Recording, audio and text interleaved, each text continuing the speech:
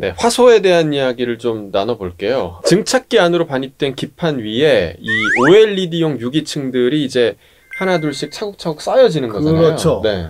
일단 증착기 안에 반입된 기판이라 하면 일단 기판 위에 백플레인이 만들어지고 네. 거기에 에노드까지, 그러니까 투명한 양극까지가 코팅이 되어서 패터닝된 구조까지가 기판 그 진공 내에 반입되기 전까지의 기판이고요. 네. 거기서부터 이제 유기물이 올라와야 되니까 진공 내로 들어가게 되죠. 그 다음에 이제 말씀드렸듯이 유기물들이 차곡차곡 가는데 지금은 이제 저분자 OLED가 주로이기 때문에 네. 이제 증발법을 씁니다. 그러니까 유기물 소재, 분말들을 이 보트 위에 놓고 그 보트를 가열시켜서 녹여서 이제 이게 승화시키는 거죠. 그러니까 고체 분말을 기체로 만들어서 그 기체의 증기들이, 그러니까 녹여진 그 기체들이 위에 있는 OLED 기판에 가서 달라붙는 그러한 이제 공정을 쓰고 있습니다. 증기가 이제 달라붙는 그렇죠. 그런 고체 분말을 녹여서 승화시키는 거죠. 고체가 이제 기체화되는 그 공정을 쓰고 있습니다.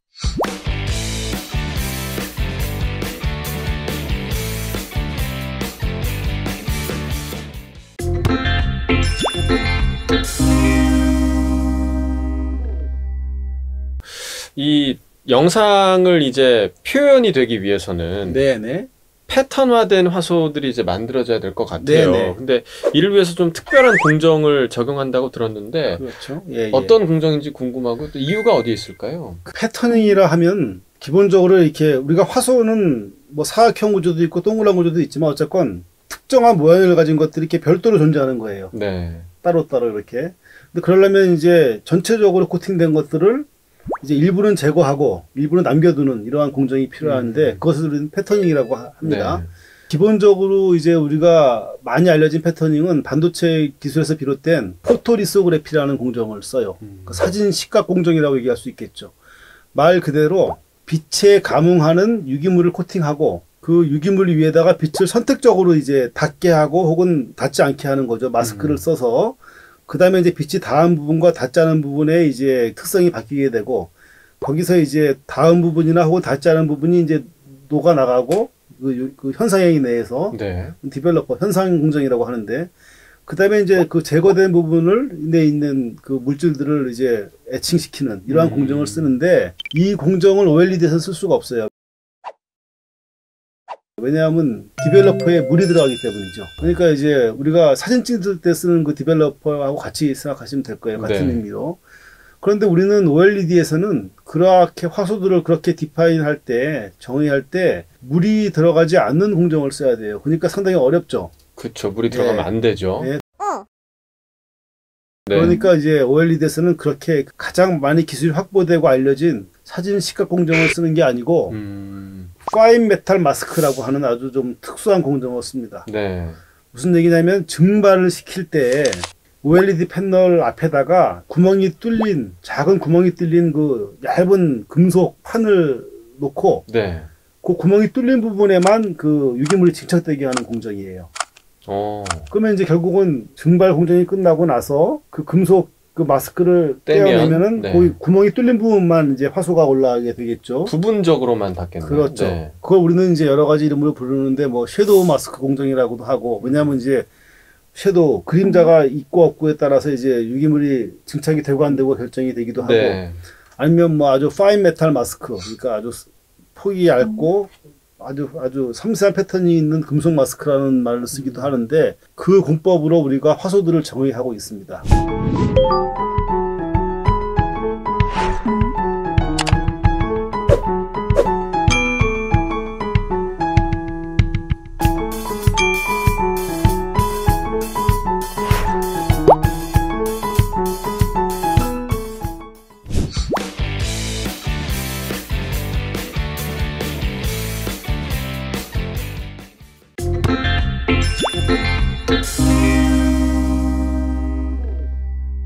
자, 물을 사용하지 않는다, 사용할 수 없다 라고 아까 이야기를 해주셨는데 그 물을 사용하지 않는 그 패터닝에 대해서 조금 더 자세히 설명해 주시죠. 반도체에서 기본적으로 쓰는 사진 시각 공정을 쓸 수 없기 때문에 우리가 화소 안에 있는 RGB 각각을 제가 조금 전에 말씀드린 그런 섀도우 마스크를 통해서 만들어야 돼요. 그러니까 이렇게 가는 거죠. 기판 위에다가 섀도우 마스크를 이렇게 얼라인 정렬시키고 네. 빨강색을 먼저 증착을 하고 그 다음에 뭐 좌나 우로 이동 초록색하고 이렇게 갑니다. 그러니까 각각의 부화소들을 섀도우 마스크를 통해서 이제 하나씩 증착해 가는 과정. 네. 그 공정인데 이게 말은 쉽지만 사실 얼마나 어렵겠어요. 그 화소의 크기가 작아질수록 화면이 넓어질수록 그 유리기판의 크기가 네. 그건 점점 더 이제 어려움이 증가하게 되죠.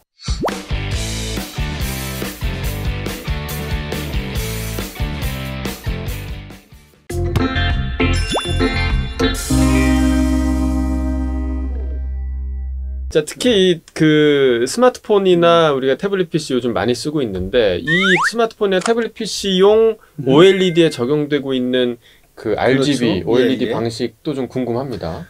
제가 지금껏 말씀드린 게 이제 RGB OLED 방식이에요. 네. 왜냐하면 이제 빨강, 초록, 파랑을 각각을 이렇게 별도의 그 공정을 통해서 증착을 시켜서 만들어 가잖아요.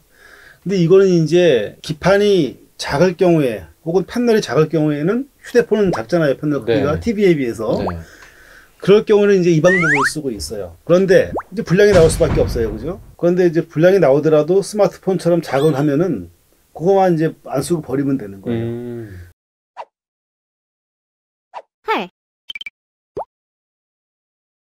TV는 화면이 커요. 네. 55인치, 뭐 77인치 이렇게 가잖아요. 근데 그 큰 면적에 분량이 전혀 안 나오게 그 RGB를 하는 거는 기술이 이게 아직은 만만치가 않고 설사 되더라도 이게 수율이 낮아요. 수율이란 것은 100개의 물건을 만들었을 때 몇 개가 살아남느냐 이렇게 되는데 정상적인 물건이 나올 확률. 그렇죠. 네. 그게 이제 뭐 연구라든가 우리 학교에서 연구할 때는 그게 뭐 수율이 뭐 100개 중에 한 개만 살아도 논문을 쓸 수 있어요. 네. 그렇지만 회사에서는 그게 안 되잖아요. 그렇죠. 99개를 버려야 된다 이러면 이거는 뭐 전혀 타산이 안 맞죠. 네.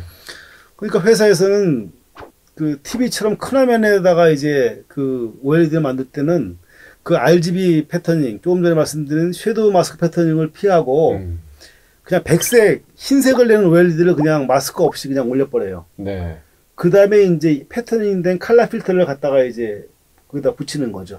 이 방법을 씁니다. 그래서 현재 OLED 방법, 공정 방법은 특히 패터닝 방법은 두 가지로 구분돼요. 소형 휴대폰이나 아니면 뭐 작은 모니터 정도의 소형, 중소형 OLED에서는 말씀드린 RGB, 즉 섀도우 마스크를 이용한 RGB 패터닝 방법을 쓰고요. 네. TV 같은 대형에서는 그냥 오픈 마스크라고 하죠. 패턴을 하지 않고 그냥 전체적으로 올리는 화이트 OLED 방식을 씁니다. 그래서 그 두 개가 이제 구분되어서 사용이 되고 있습니다. 네, 그러니까 작을 때는 RGB OLED 방식, 큰 거는 화이트 OLED 그렇죠. 방식을 쓴다.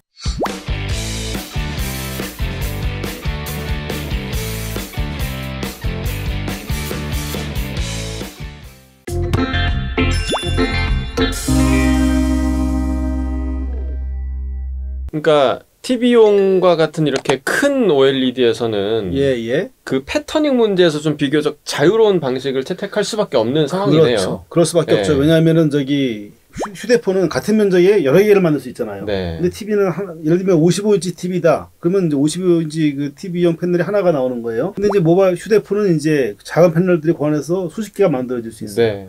그러니까 분량이 나더라도 이제 버릴 수 있는데 TV는 분량이 나면 그걸 다 버려야 되는 거예요. 그러니까 그 위험도가 높은 RGB 패터닝 방식을 피하고 화이트 OLED를 올리고 거기다가 이제 이미 확보된 RGB 칼라 필터를 붙이는 방식을 쓰고 있죠. 네.